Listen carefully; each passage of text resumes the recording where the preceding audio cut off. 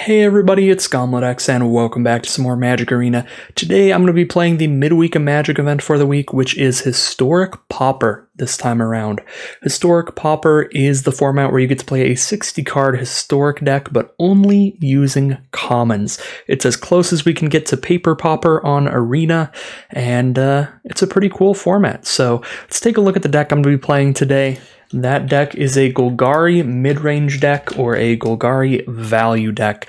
This deck is heavily inspired by a deck that I ran up against at my local Pauper tournaments. It was a deck that actually made good use of the Learn and Lesson cards to get some good value, as well as a ton of creatures that draw a card when they enter the battlefield. The way that this deck works is it's going to just grind out the long game by having almost every card in the deck draw you a card in some way, either learning a lesson or just straight up drawing a card when it enters the battlefield, whereas most decks aren't going to be drawing a card every single time they cast a spell. So if the game goes long, you're never going to run out of things to do. You're just trying to get to that point where your opponent runs out of stuff, and then you just overwhelm them with your beefy creatures. You got 3/3s, 4/4s, 5/4s, as well as a couple fractal summonings you can pull out with your lesson spells, your learn spells once you stop needing to protect yourself with little pest tokens or removal spells. So pretty cool deck, pretty fun deck, and I'm excited to try it out here. I don't know much about the Historic Pauper metagame. I've only really played Paper Pauper, so there's definitely a lot of room to improve with this deck. I'm just trying out Jewel Thief because it's a very good rate. It's such a fantastic common in Streets of New Capenn. I just wanted to try it out here. It doesn't make the most sense with the deck. It's kind of just like a beat stick to attack and block with. So I'm going to be trying that out. That wasn't in the deck initially that I played against, but I'm going to try it out here. The other things that I'm not super certain about in the deck would be Obnixilus's Cruelty and Bone Shards. These are kind of just filler for whatever removal spells work best in the metagame. So I don't know what the Pauper metagame on Arena is like. I know that the Pauper metagame in Paper, at least where I play at, these removal spells would work fine, but maybe there's a lot of creatures with more than 6 toughness. Maybe there's a lot of creatures that I really need to exile, so Bone Shards isn't so good. Well, we'll see here. But that is the deck, that's the idea. Without further ado, let's get into the gameplay. Here we are now, game 1 of Historic Pauper. A little bit of an awkward hand, but thanks to the Learn on Hunt for Specimens, I can pull out an Environmental Sciences from my sideboard, cast that to get my green source, and then we're just dropping 3/3s all day long. So we'll go for it here. Looks like we might be against another Golgari Value deck. Going for the Witherbloom Campus turn 1. See what our opponent's up to here. Snow-covered swamp. An unwilling ingredient. Okay, they could be some kind of Bayou Groff build. The Bayou Groff is a 2-mana 5/4, but you have to sacrifice a creature to run it out. I think I'm going to go for Hunt for Specimens here. I could foretell Serlf's Packmate. That actually doesn't seem that bad to me, because I don't really know what I want to learn for from the sideboard currently. Yeah, I mean, I guess I could get like Environmental Sciences, but I kind of like waiting on casting my Learn spell here, use it more as a tutor for something I very specifically need, because now that we've hit the Witherbloom Campus, we have 3 mana, we have both of our colors, we can start playing Jewel Thieves to get treasure tokens. Ooh, this is going to be an irritating matchup for sure. They're going to make me discard some cards here. Definitely want to keep one of these Jewel Thieves at least. But we could probably drop another and then drop Hunt for Specimens. Although we don't see any creatures we really need to kill currently. It's just a bunch of sacrifice fodder, so we could get rid of our Bone Shards, actually.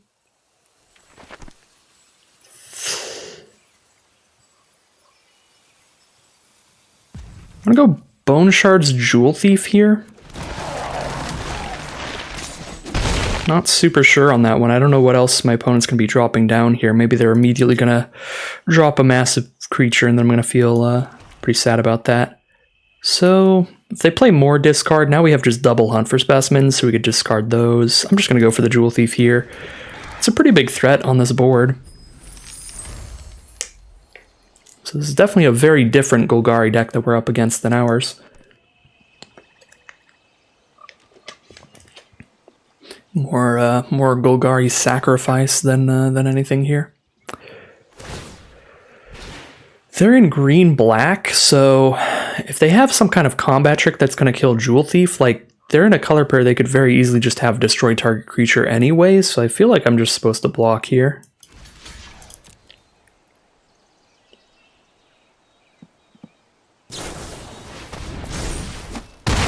Interesting. So they're in green-black, they're running combat tricks in the deck, rather than straight removal. Alright, go Seraph's Packmate here, see what we draw. That would be great if we had an untapped land, but we don't, so let's go hunt for specimens here. I'm gonna have 4 mana up after this. I suppose I could have saved the treasure so I know I can Owlbear next turn, but I've got plenty of good stuff to play in the future. I think I'm still kind of okay with Environmental Sciences. I mean, casting Hunt for Specimens makes the most of my mana, but I have no idea what I'm supposed to get here in this matchup. Maybe Pest Summoning? I don't know. I'm going to grab Environmental Sciences here. Worst case scenario, it's something to discard if they draw another Mind Rot effect, another discard 2 effect. Diregraph Horde, alright. More decayed stuff. That is for sure. I'm going to exile stuff from my grave. Luckily, we don't have any recursion in this deck. The deck that I played against in Pauper did have Gravestorm. I don't remember exactly what it's called. It was something like that. That was 2 and a black, and it had Storm, and he would return a creature from grave to hand. So if you somehow ran out of value off of all your cards that draw a card when they hit the board, you could just draw a fresh new grip by casting a couple spells in a row, which is what's really nice about the Learn and Lesson spells. They make it really easy to trigger Storm. Unfortunately, no Storm cards on Arena, at least not in Pauper on Arena.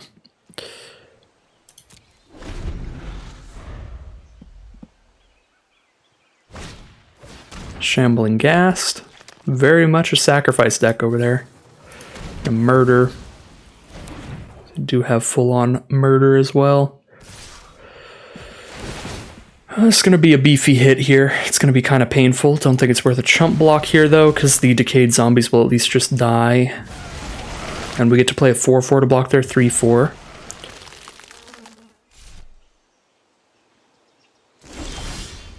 Alright, Seraph's Packmate. Thanks to Llanowar Visionary, we can cast Owlbear and Hunt for Specimens here. Or something else that we draw into. Just draw into a land. We could Foretell Packmate.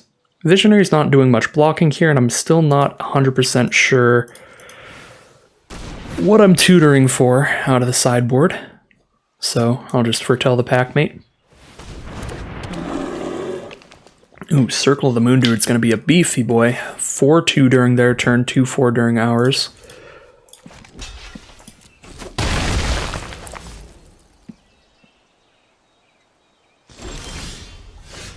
Alright, Packmate, what do we got?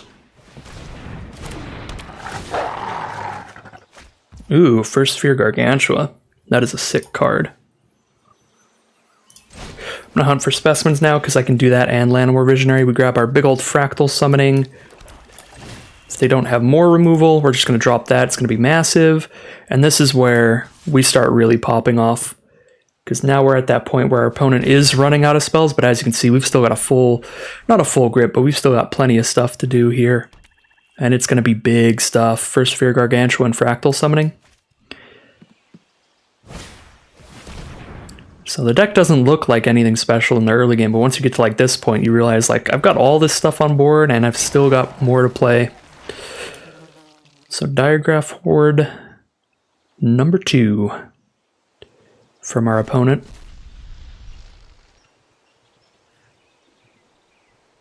They've got no cards in hand anymore. They're sending some stuff in. We can trade a Visionary off there, trade a Pest off there.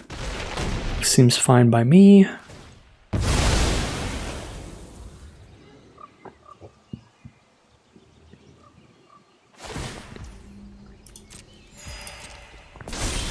Alright. Gain a life there. Spend that life to draw a card. Still holding on to this Fractal Summoning to be just absolutely massive later. They've got a 3/4, so we can only really attack with our 4/4, but that is fine.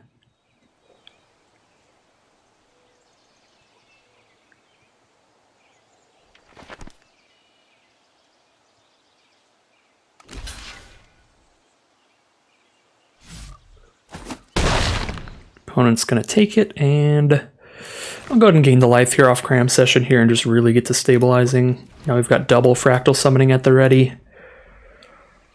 Our board state's going to be absolutely massive. Now is where we're really turning the wheel and getting very, very aggressive. Get to attack with a 4/4 and a 5/4 next turn and just play like an 8/8. I guess it'll be a 7/7, not an 8/8. Alright, they kill the first Fear Gargantua. What's super sweet about that card is the Unearth ability.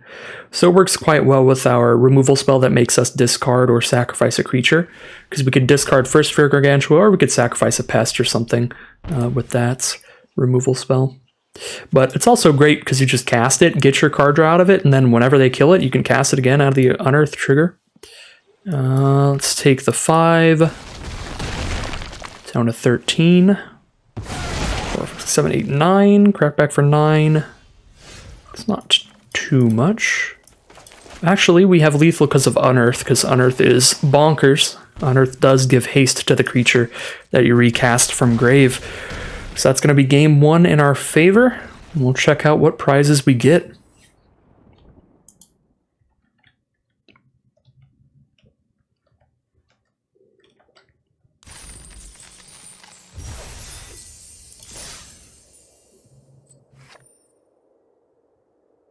Oh, here we go. Claim prize. First random rare reward is Wish from Adventures in the Forgotten Realms. Not bad. That is a rare. Oh, I guess all the rewards you get are rare. That's kind of weird for a Pauper event to give you some rare rewards. But I guess it would be kind of a bummer if it was just 2 commons.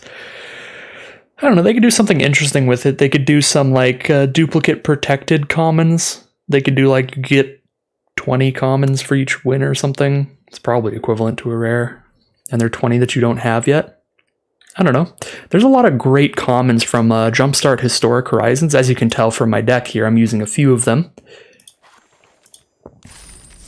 So, I think the commons from Jumpstart Historic Horizons, like First Fear Gargantua and Bone Shards, there are plenty of great commons from that set.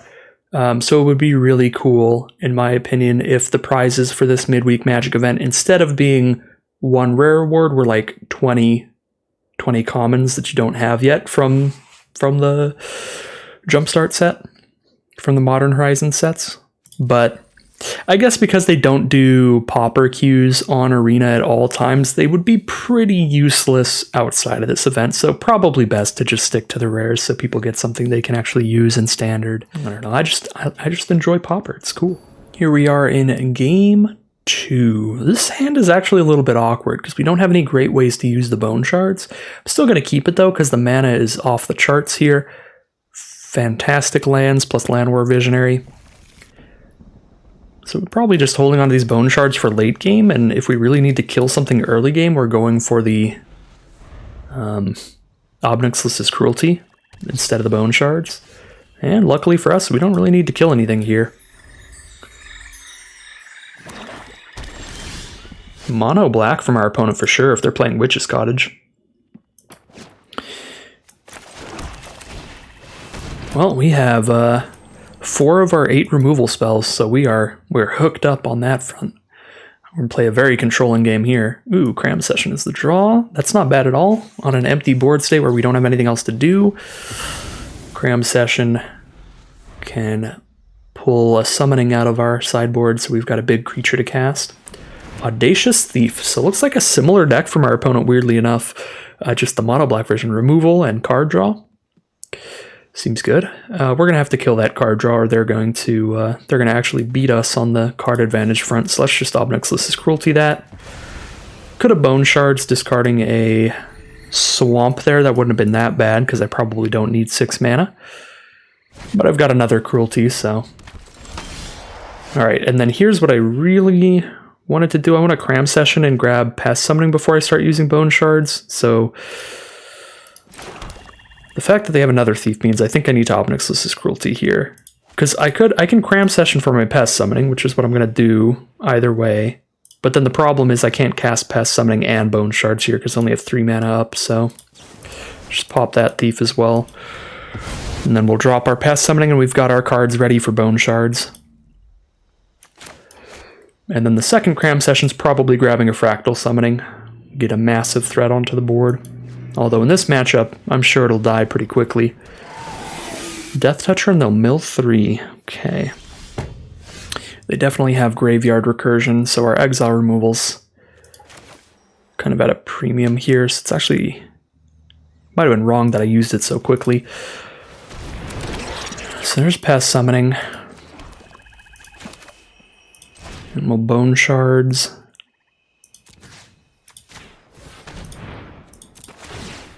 Still think another land, even at this point, is probably worth more than a 1/1 pest. Now we cram session, grab that fractal summoning, and that'll be our play next turn if we don't need to kill something. Again, it's probably just going to get killed, but it's not like we have a great card draw on the side. Ooh, Underworld Charger is pretty scary, but it gets a lot scarier when it comes back from the grave, so we actually don't want to kill it, or it's just going to come back bigger than before. So pretty cool graveyard deck from our opponent. Let's just dump all our mana into this fractal summoning, and hopefully it will not get killed, but it probably will. And stop on our upkeep here. We could scry before we draw. Most of our deck is too expensive for that to be super advantageous to us, because it'll go to our upkeep, we'll scry for 4 mana plus tap a campus, and then we'll only have 2 mana up afterwards. So that's one thing to note when you have cards like the campuses from Strixhaven, is that you can scry in your upkeep, but here I don't actually think it's worth it, because then we wouldn't be able to afford anything. This is a great mono-black deck here. Tendrils of Corruption's a phenomenal mono-black card. So we're hunting for specimens here. Grab another fractal summoning. Really hope to run them out of removal. Or do we grab Introduction to Annihilation so we can exile the escape card? It's probably better. Exile the escape card so they can't bring it back ever. They do get to draw a card when we do that, though.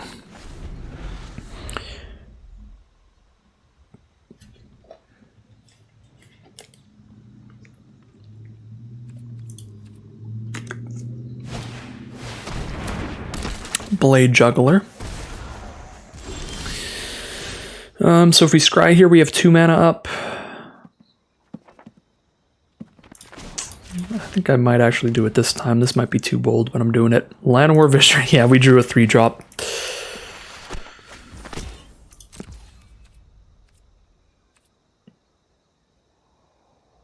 Do we Bone Shards a Blade Juggler? I don't think we do. We can drop a Llanowar Visionary and trade into it. We can just take 3 for now. Hunt for specimens from opponent. Mono black value. Mono black control.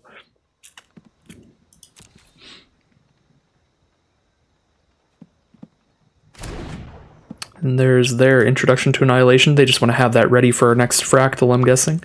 Another Audacious Thief. They are jamming through the Audacious Thieves. That's their 3rd of 4. That card is bad for us. We could double block here. Then we don't have anything out for Bone Shards. But we got Llanowar Visionary. If we had any more lands, we can just discard one. Doesn't seem that bad. Ooh, Owlbear. That's better than Llanowar Visionary. This probably gets exiled, but we've got plenty more big stuff coming. Just get the removal out of their hand here, draw a card when they cast it. I actually think it was probably wrong that I went for that double block on the 3-2, because the problem now is that they're drawing off Audacious Thief, because we don't have a good bone shards target. So we're just giving them more value that way. Yeah, we just have to deal with these cards immediately every time, or they're just overwhelming value.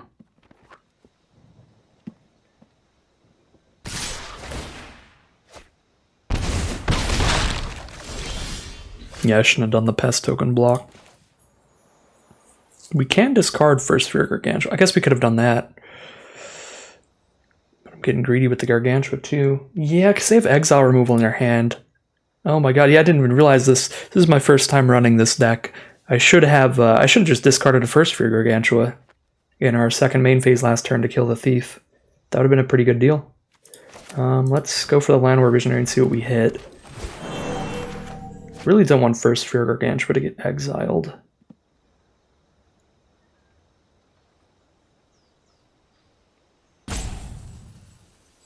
We actually have enough mana here that pretty soon in the future we could maybe just cast the Gargantua and sack it and then unearth it so we can draw the 2 cards off of it and still make sure it doesn't get exiled.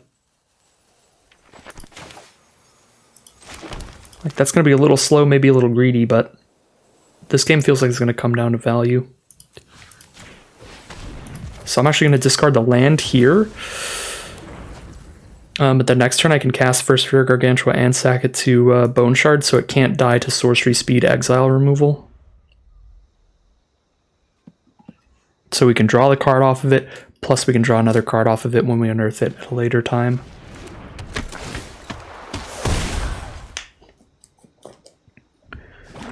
This is quite the matchup. Neither of us is ever going to run out of cards here.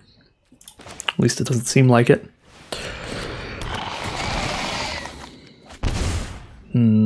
More lands here.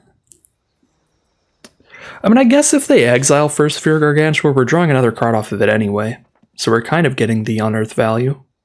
Because their exile removal spell allows us to draw a card. Yeah, maybe that's fine.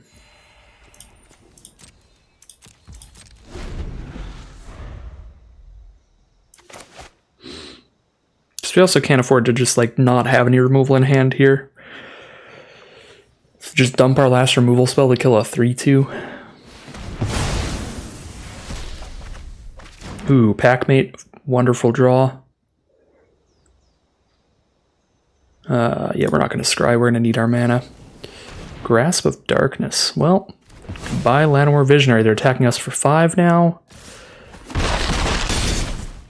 Alright, let's go, Serap's Packmate, let's get value. Ooh, there's another exile removal spell, Obnexus' Cruelty. Very good in this matchup.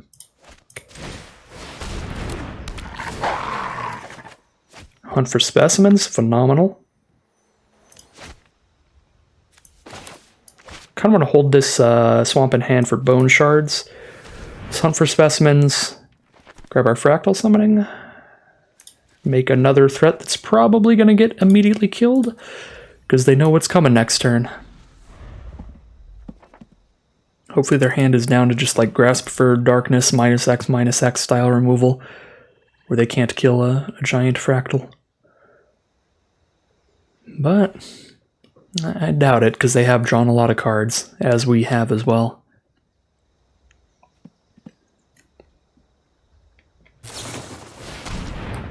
Ooh, that is a giant Tendrils of Corruption. Gain a ton of life here. That's the other thing, both of our decks have a good amount of life gain going on as well. We're going to need to get rid of that Death Toucher. I think I'm going to Obnexus' Cruelty it so I can have all my mana up during our turn.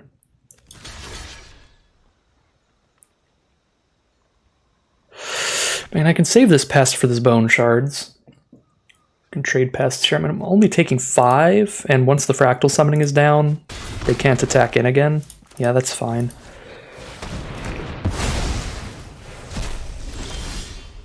Packmate's a great draw. Now we go 1, 2, 3, 4, 5, 6, 7, 8. So if they have another Tendrils of Agony, it's big enough. But other than that, they need like Murder.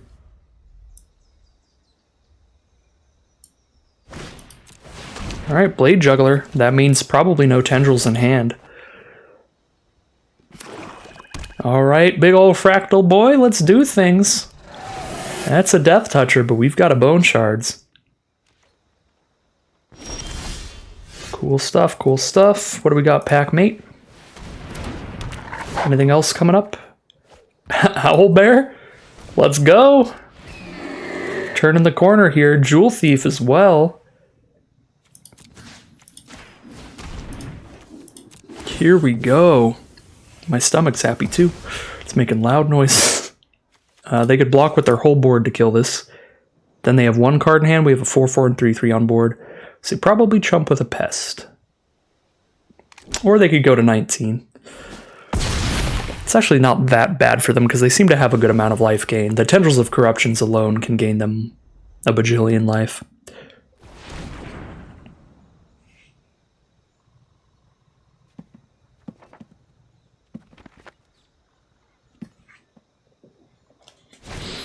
Definitely played this game pretty sloppy, but just power in the deck is kind of catching up for us.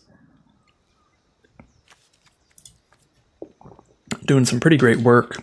We can scry and still afford our Jewel Thief now, so I'm going to do that in our upkeep.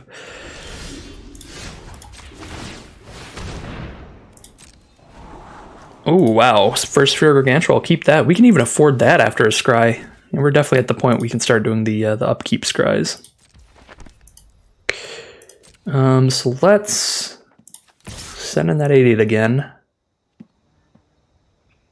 4/4 kills 2 of their creatures as well. Anything that can get at least a 2-for-1 we'll attack with. 1-for-1 with Packmate doesn't seem phenomenal. But even if Owlbear just kills a 3/2 in the 1/1, it's not bad at all. Ooh, it's going to kill 2 3/2s. Very nice.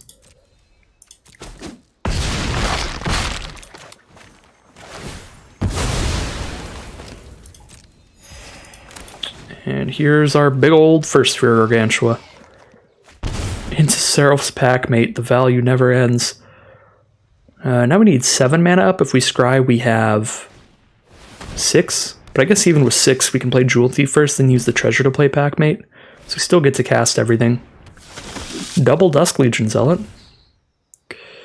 The plays for our opponent, they've got some chumpers down, but they only have 4 power that can block on their board. And there's the murder for our 8/8. I think I am going to scry here, because again, I can afford everything in the hand thanks to the treasure token. Do we want to let our opponent get this back and bigger?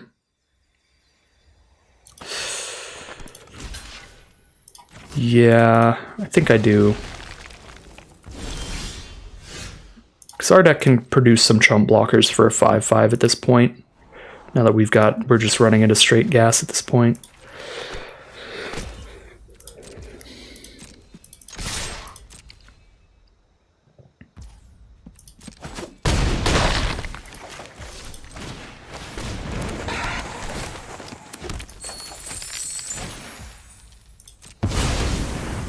I still don't know how I feel about the Jewel Thief in this deck. It doesn't make the most sense. I mean, it is a good card, but I feel like it's not a great top deck at this point in the game. And all of our draw cards are phenomenal at this point in the game. Even just Llanowar Visionaries. So yeah, Jewel Thief, maybe a little biased by Streets of New Capenna with that addition to the deck. Probably swap that out for something else. Ooh, hunt for specimens, but we only have 2 fractal summonings, so we can't get another fractal here.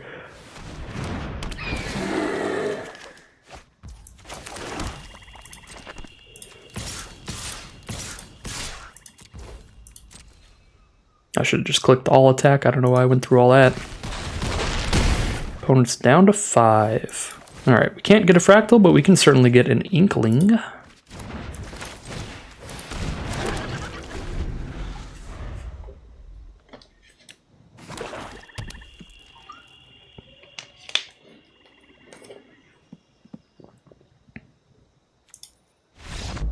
Alright, there's the concession from our opponent, just overwhelmed with creatures in the late game there, because every creature that we drew gave us another chance to draw another one, or at least dig closer to another creature.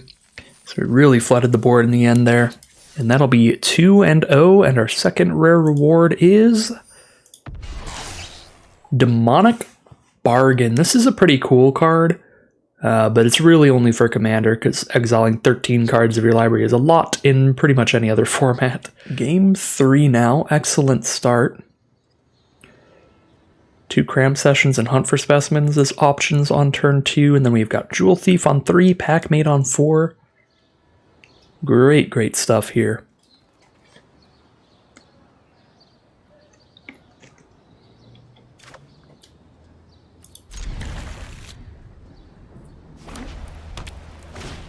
Playing against a white deck here, starting with Lunarch Veteran, that'll gain them a life every time they play a creature.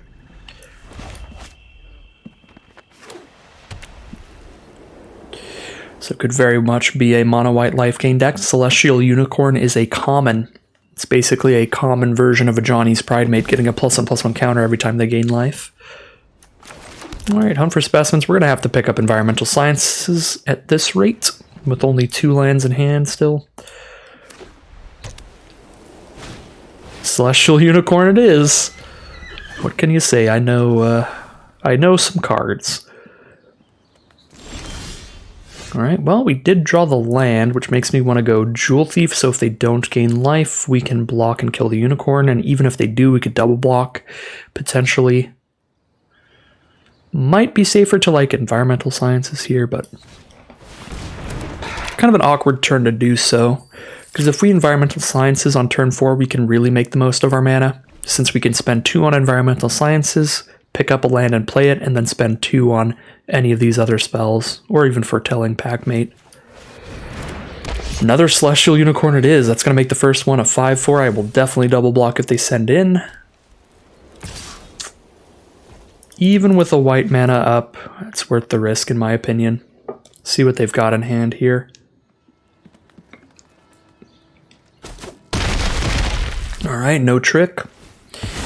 First Celestial Unicorn is down. The second one we are probably going to have to draw into removal to get rid of, which we can luckily grab off of one of these lessons here. So we probably go Hunt for Specimens to get a chump blocker, because it's highly unlikely that this Unicorn is going to be less than 4 toughness next turn, so I don't think just dropping Packmate is the play. So I think we just get a chump blocker here and grab our Exile a Creature removal spell. Well, I guess it's Exile a non-land permanent, but you get the gist.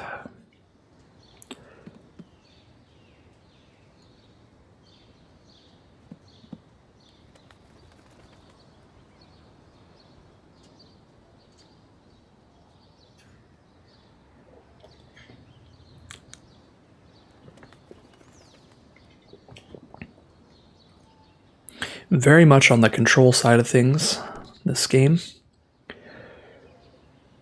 because this is going to be a deck that's just trying to make a big, massive threat, so we're just going to do everything we can to survive it.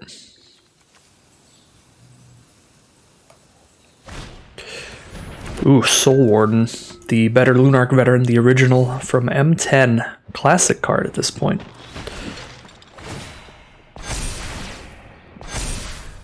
This actually has been around longer than M10, I think. I think there's like a 10th edition version. Oh, they've got a flyer out as well now, so we're still going to be taking some damage here, even if we get rid of the Unicorn. But that's still definitely the play. Play our land first so that we don't have to crack the treasure. We can still have that at the ready for something else. Pest Summoning doesn't seem bad off of these Cram Sessions here. Get a couple 1/1s to block their 1/1s. Then we're just taking the damage in the sky. The Inkling Summoning certainly not very good here. Could grab a second Introduction to Annihilation to get rid of the Sky Marcher. Don't know that the 2/3 flyer is a big enough threat to want to spend our second Introduction to Annihilation on, though, especially when we have 3 Cram Sessions in hand. So we can definitely gain 12 life here over the course of this game. Yeah, I don't think I'm killing Sky Marcher, at least with Introduction to Annihilation. If we draw into like a Bone Splinters or whatever it is, then sure. But I think we're just taking the hits for now, because we can block everything on the ground here. Would I rather Jewel Thief here or save this this treasure token behind for a cram session? I think I'm going to Jewel Thief here. In case they have removal to get rid of Packmate, we can still hold off all the 3 ground troops by putting another Jewel Thief down. Plus, we've got 7 mana on board even if I crack the first treasure token, because we just get a replacement treasure.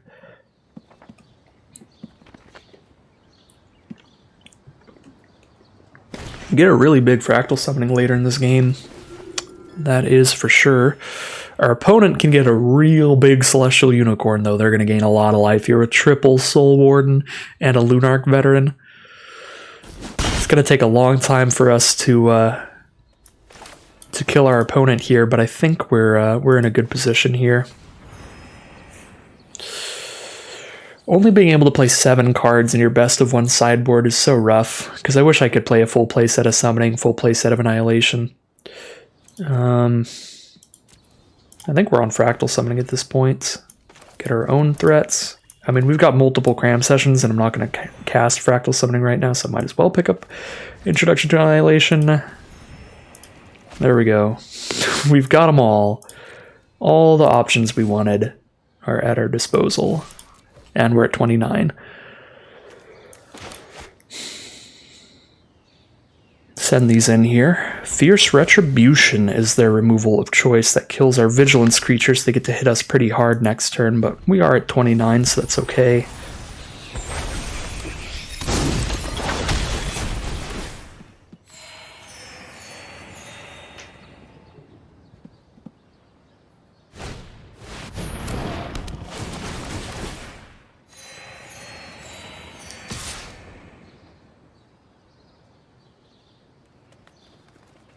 Alright, I looked away for a second. Ooh, Prowling Felidar. That just keeps getting bigger as the game progresses with landfall triggers. Opponent's at 41 now. Bone Shards. Not bad at all. Bone Shards the flyer, make a giant fractal.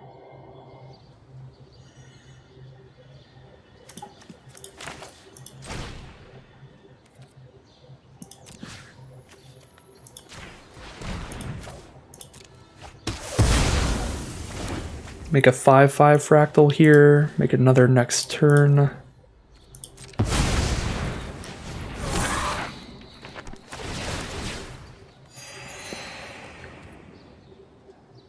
They can double block to kill Packmate, but if they do, we kill their Felidar.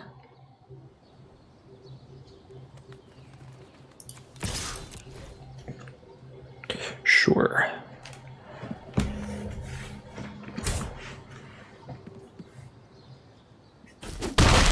Alright, we hit for 3. They're down to 41. We're making progress. So our position doesn't feel great here, but as we've seen last game, when we hit the late game here, we can really get back into it, because, again, like half our library draws us a card. We even have lands that'll let us scry throughout the game. So we do draw very well late game with this deck.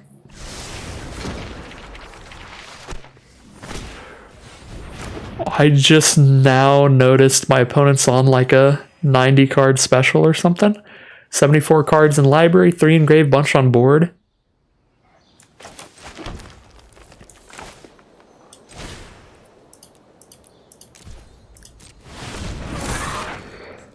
How do they kill our 5/5 here? 1, 2, 3, 4, 5. We kill Hand of Enlightenment and a Prowling Felidar. Or we kill like triple Soul Warden or double Lunarch Veteran or something. The attack seems fine to me.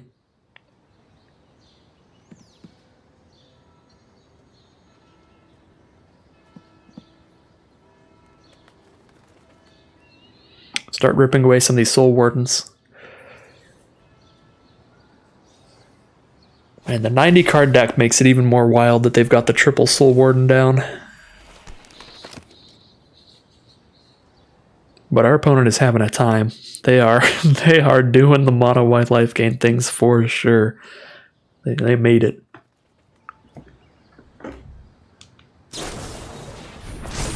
Light of Hope. What does that do? What happened to the text box here? What happened to your power toughness box? +1/+1 counter on a creature or gain 4 or destroy an enchantment. Okay, so it's like main deck enchantment removal or life gain out of nowhere, which can trigger stuff, or +1/+1 counter at instant speed. Flexible card. Ooh, Jewel Thief. So now how do they kill the 5/5? Block with these two. If I don't attack with... If I don't get value out of the 5/5 right now, then once this flips, they're going to have 5 first striking blockers. 5 power to block with first strike, and then the Fractal does nothing. So I think I attack with these both, and I just trade my Fractal down into the first striker to get it out of here.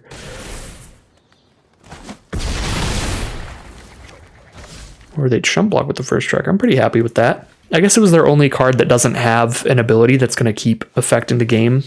Like the Soul Warden's trigger every time anybody plays a creature, Lunarch Veteran every time they play a creature, Prowling Felidar every time they play a land. Whereas the hand is just like, it's just a 3/3 first strike, doesn't do anything throughout the game. So fair block, but I'm pretty happy with it. Alright, opponent's got the life advantage by far, but I think we're starting to get to the board state advantage here. I don't know if I even want to play Hunt for Specimens here. We've got an Inkling summoning in the sideboard still. They have no flyers. So yes, they're going to gain a ton of life here, but what else is new? At least we get to start sending this flyer in unperturbed. We're probably just jamming, actually. Everybody. Their board's all 2/3s or smaller.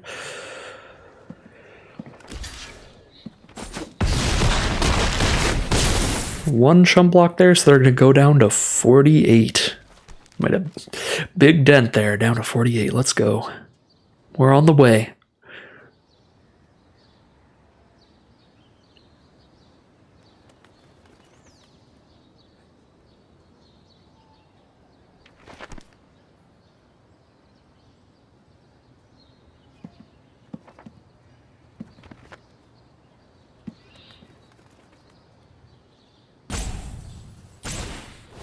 Pacifism on the big old 6/6.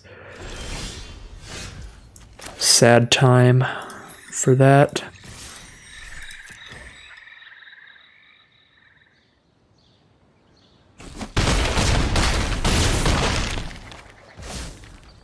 All right, down to 32 now.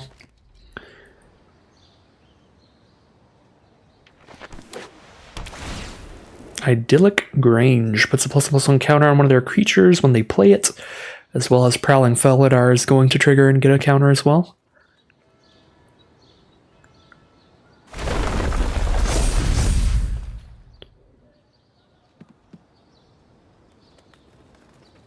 It's got a 3/4 Vigilance and a 3/3 first striker now, so our attacks are much smaller. Now we're just attacking with a 5/5 and a 2/1 flyer because our 3/3s are pretty terrible attackers.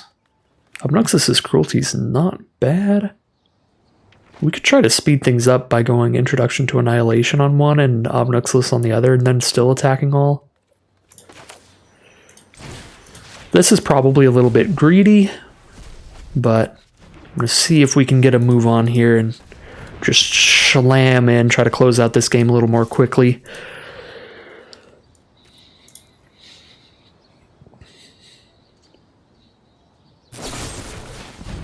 Fierce Retribution's the draw, pretty nice, kills the 5/5 here. But now they're down to 21, now we just have to deal with a normal life total. Dragonfly Suit. That'll be a 3/2 flyer if they crew it for 1. Trades into our Inkling, but I guess it trades into any of our attackers now that we don't have a 5/5. Not terrible for us. So as long as it's not our Gargantua on top, we can afford whatever this is. Jungle Hollow can get right on the bottom. Drawn to a swamp.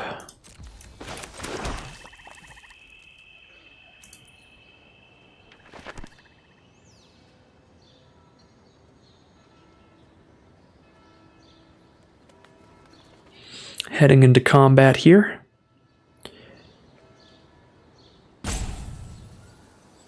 Opponent has their vehicle they could crew. But we're definitely setting in everything but the 1/1. The 1/1 could just die to a 3/2, so it's not going to do any work on attacks, but everything else will do some damage or trade.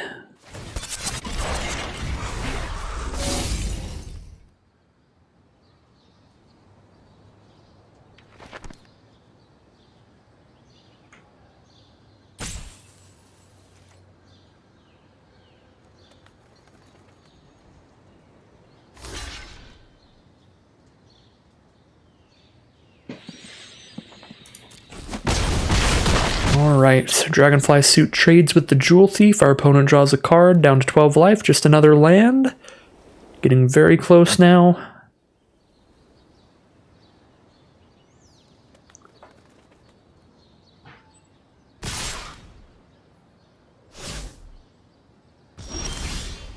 Skip through the turn, we scry 1. Cyril's Packmate's a great draw. Keep it. Draw here in case we draw like a Bone Splinters. Opponent is going to gain 3 back up to 15. We draw Llanowar Visionary, which we can't currently afford. We can even attack with the Pest token now because it's all 1/1s on their board. They're down to 6.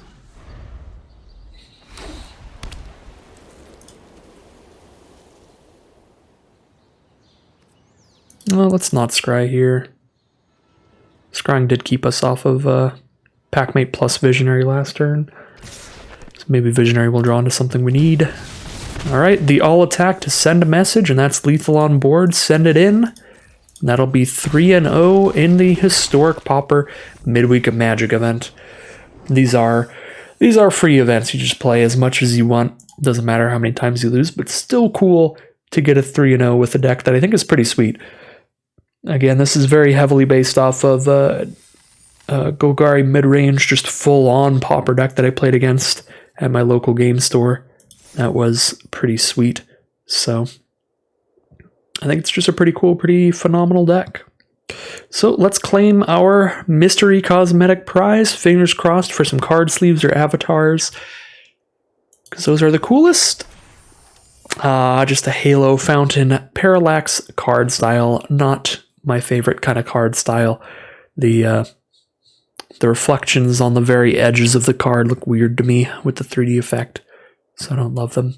But still, overall, very fun time with Historic Pauper here. Some pretty good rare rewards. Not a bad time at all. We'll take one final look at the deck. If you are interested in that, I should have a deck list in the description below if I remember to do that. But here's another look at the deck. Honestly, there's only 2 things I'm unsure about. Everything else was awesome. The 2 things I'm a little unsure about are Jewel Thief doesn't exactly do anything synergistic with the deck. And then Bone Shards was a little rough pretty often, even with the potential Pest tokens from our ability to tutor for a Pest summoning with our learn spells, plus Pest tokens from Hunt for Specimens.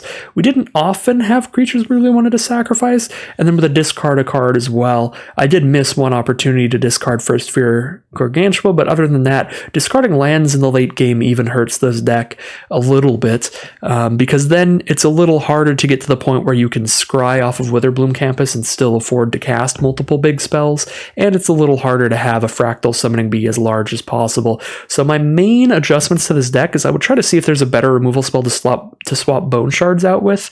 I don't love Murder in the 2-color deck, but that is the obvious choice. That's why I'm running Omnix's Cruelty over Murder. It's just a much easier mana cost. Since we are a 2-color deck, we only have 8, 9, 10, 11, 12, 13, 14, 16. We only have 16 black sources instead of like the full 24 you'd get in a mono black deck. So there will be times that we're stuck on mana and we don't have the double black for Murder, whereas Omnix's Cruelty is much easier to cast. I'm very happy with how Omnix's Cruelty performed. Every single opportunity that we drew this was just better Murder. It was just easier to cast, and it exiled instead of destroyed. We didn't end up in any positions where this wouldn't kill anything on the board. So very happy with the Obnixlus's Cruelty over Murder, but Bone Shards, not super sure about that. Maybe we cut Bone Shards for Murder, but Murder's also more expensive. I don't know. I would just think about other opportunities, other removal spells to maybe swap Bone Shards out for. And then Jewel Thief, I mean, it was a strong card. A 3/3 Vigilance Trample was pretty big on most board states, and the Treasure Token made it pretty efficient as well. But again, just doesn't do a massive amount of stuff. It's not a great top deck late game. Just doesn't feel like exactly what the rest of the deck is doing. I think those are the main options. You could also think about swapping the sideboard around a little bit. The 7-card sideboard instead of a 15-card sideboard does really hurt the deck. But Environmental Sciences is certainly going in there. Double Introduction to Annihilation, double Fractal Summoning. I would definitely keep that. I don't think you want to cut those down at all. And then, I don't know, I like the sideboard how it is. It just feels, it's just rough only having 2 of the big stuff. And then I do like the 1 Pest Summoning to work with the Bone Shards, but if we cut the Bone Shards, we can pretty easily cut the Pest Summoning. Maybe that's how we fit a 3rd Fractal Summoning or a 3rd Introduction to Annihilation in here. Don't think I'd want to cut Inkling Summoning, but it also wasn't phenomenal most games. If you get into a board stall position, being able to pull out an Inkling Summoning, get an Evasive Threat on the board is nice. And if you're in the early game and you need a Flying Blocker badly, it's nice for that too. Just didn't come up. It was only 3 games that we played, but I think it'll probably come up more often than Pest Summoning if we cut Bone Shards out. So, not sure. We probably are supposed to just keep the sideboard as it is. But yeah, that was the deck. Pretty cool deck. Definitely recommend it if you want to play some Historic Pauper here. If you're a drafter who's drafted a lot, you're going to have almost every card you need for this deck. The only cards you won't have are the first Fear Gargantuas and the Bone Shards.